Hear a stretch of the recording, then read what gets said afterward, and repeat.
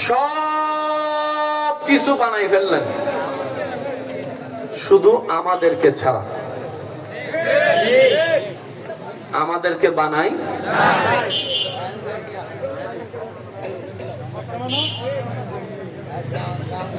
এইবার আল্লাহ তাআলা সবকিছু বানানোর পর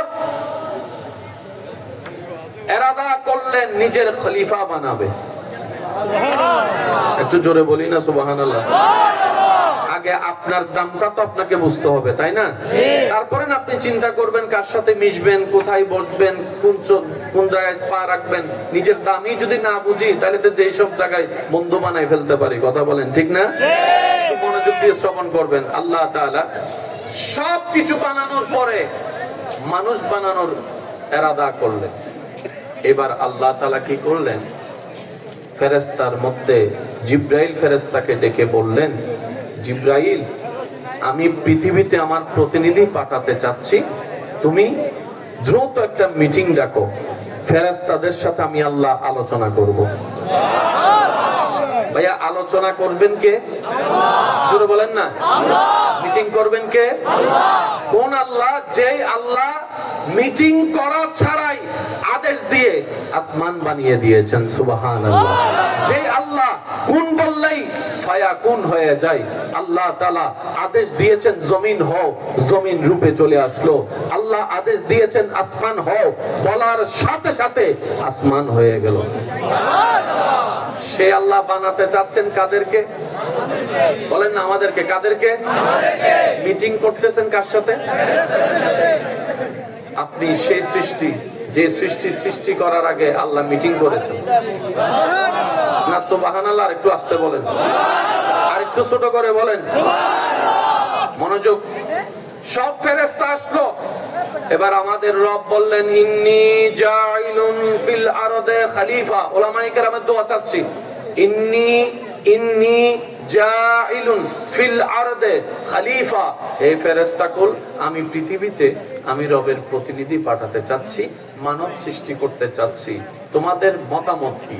সেই দিন সমস্ত ফেরেশতারা এক বাক্যে বলেছিল, আল্লাহ, খামাকা নতুন সৃষ্টি বানানোর দরকার কি? খামাকা দুনিয়াতে যাবে, মারামারি করবে, ঝগড়া করবে, রক্তপাত করবে, যা এখন আমরা করছি, অলরেডি মারামারি করছি, ঝগড়া করছি। কথা বলেন রে ভাইয়া, ঠিক কিনা? অশান্তি করছি। ফেরেশতারা আগে থেকেই আল্লাহকে বলেছে, আল্লাহ, নতুন সৃষ্টি বানানোর দরকার নাই, আমরা ফেরেশতারা আছি তোমার প্রশংসা করার জন্য, আমরা ফেরেশতারা আছি তোমার ইবাদত করার জন্য। আল্লাহ বানাতে চাইলেন, ফেরেশতারা শ্রদ্ধার সাথে দ্বিমত পোষণ করলেন।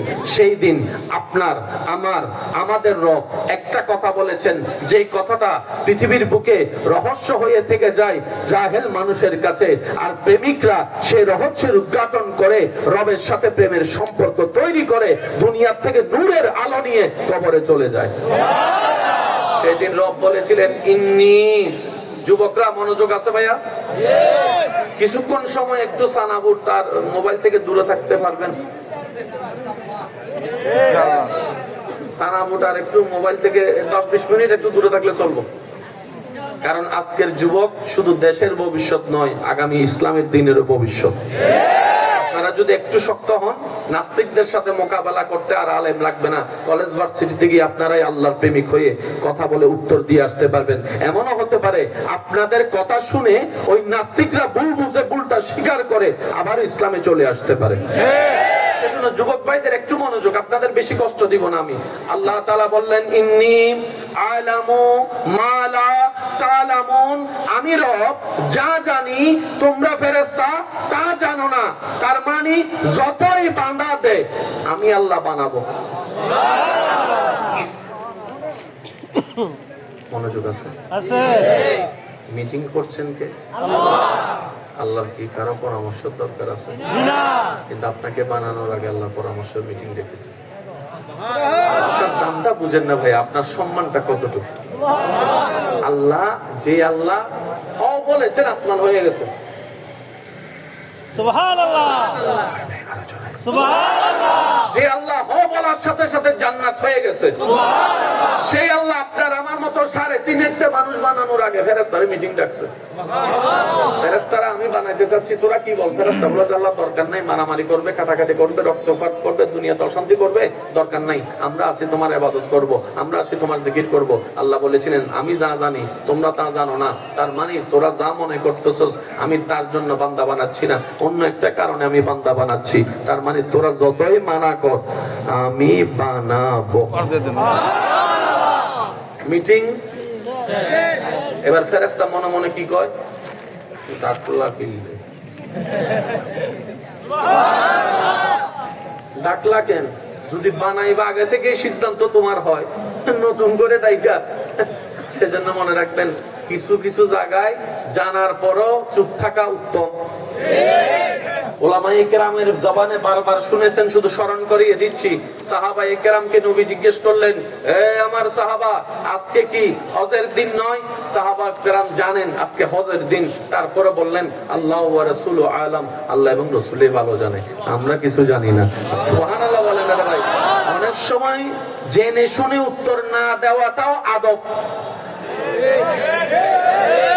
উত্তর না দেওয়াটা, জেনে শুনে উত্তর না দেওয়াটা। সেজন্য হাদিসে প্রায় জায়গায় দেখবেন সাহাবারা বলেছেন আল্লাহ এবং রাসূলই ভালো জানে, আল্লাহ এবং রাসূলই ভালো জানে, আল্লাহ এবং রাসূলই ভালো জানে। মিটিং শেষ। বলেন মিটিং শেষ। এবার জিবরাইল বলে যে আল্লাহ তুমি হ বললে তো হয়ে যায়। আল্লাহ পাক বলে যে জিবরাইল এটা হ বলে বানাবো না, এটা হ বলে বানাবো না, এটা আমি আল্লাহ নিজের কুদরতি মায়া দিয়ে, ভালোবাসা দিয়ে, নিজের কুদরতি ব্যবস্থাপনায় বানাবো, কুদরতি ব্যবস্থাপনায় বানাবো। জিবরাইল বলে যে আল্লাহ হ বলো। রব বলে যে না, আমি আদর করে বানাবো, মায়া করে বানাবো, ভালোবেসে বানাবো। সুবহানাল্লাহ জোরে বলেন না? মনোযোগ মনোযোগ মনোযোগ। আপনার আমার শুরু যাকে দিয়ে, সেই আদম নবীকে দেহ আল্লাহ বানালেন। মুহাব্বতের আওয়াজে বলেন আদম নবীর দেহটা বানানোর পরে রব্বুল আলামিন ফেরেশতাদেরকে আবার মিটিং এ ডাকলেন।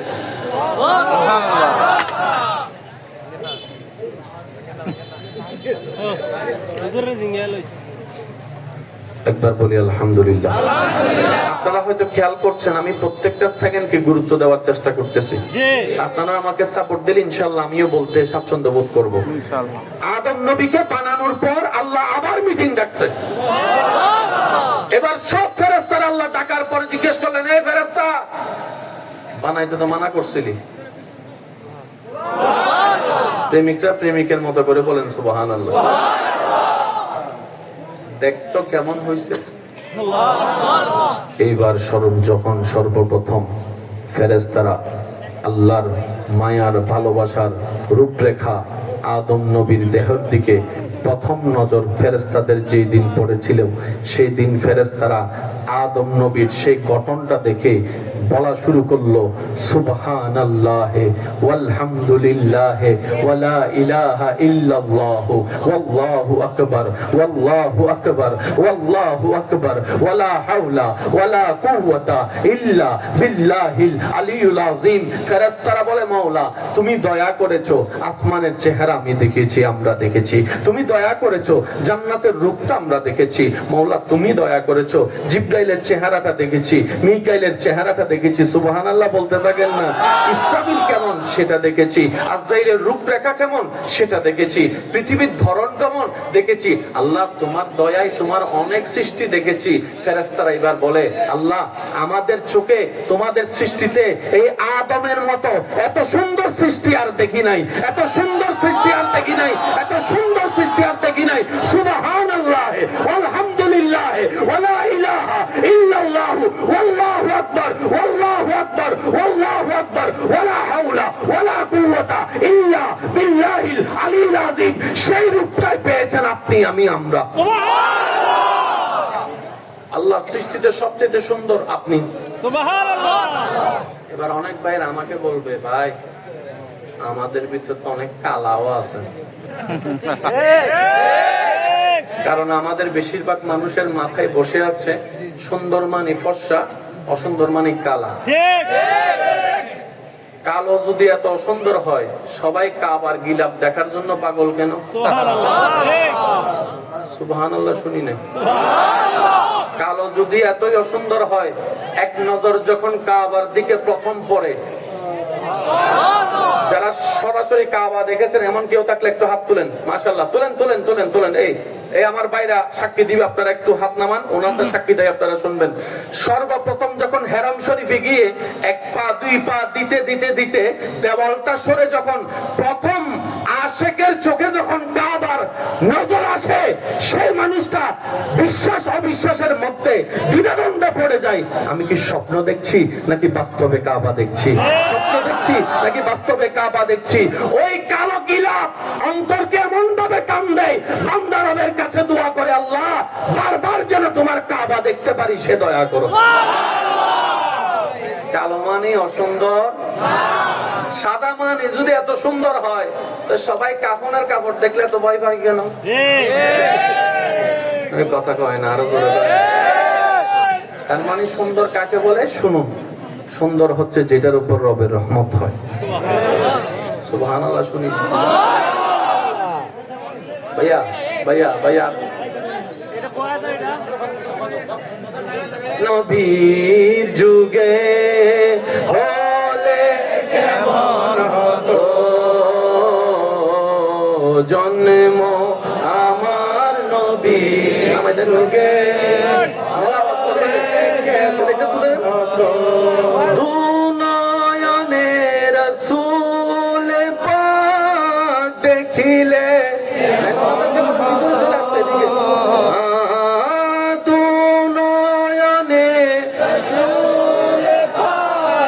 দেখিলে কেমন হতো জন্ম আমার নবীর যুগে হলে কেমন হতো। উচ্চ আওয়াজ একবার বলেন মারহাবা। পর্দার বাইরে যারা ভাইয়েরা আছেন, আপনারা আপনাদের এলাকা যেহেতু আপনারা ভালো বুঝেন কিভাবে কি করলে সুন্দর হয়, আপনাদের উপর ছেড়ে দিলাম। আওয়াজটা যেন না হয় এটা একটু চেষ্টা করেন, বাকিটা আপনারা যেভাবে সুন্দর হয় আপনারা সেভাবে করেন। একবার বলেন মারহাবা, আরো জোরে বলেন মারহাবা। মনোযোগ আছে? লক্ষ সাদাওয়ালা যা করতে পারে নাই, রাসূলের একজন সাহাবা বেলাল হাবশী, পৃথিবীর বুকে আগে থেকেই নিয়ম ছিল কালাদের কোনো দাম নাই, কিন্তু আপনার আমার নবী সেই বৈষম্যতা দূর করে দেখিয়েছেন। বেলাল রাদিয়াল্লাহু তাআলা আনহুকে দূর থেকে এনে কাছে এনেছেন, আনতে আনতে আযানের দাতা বানিয়েছেন। ইমামের আগে আযান দিতে হয়, ওই মুয়াজ্জিন বানিয়ে ওনাকে দামি বানিয়ে দিয়েছেন। হায় হায় হায়। সবচাইতে সুন্দর কি? মানুষ বলেন সবচাইতে সুন্দর কি? আচ্ছা,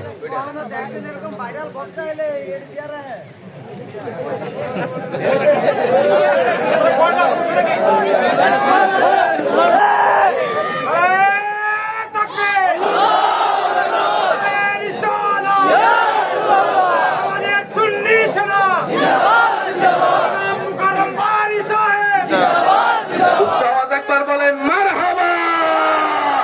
আল্লাহ আপনাদের এই মহব্বতকে কবুল করুক, হাশরের ময়দানে আমাদের সবাইকে আল্লাহ মাফ করুক।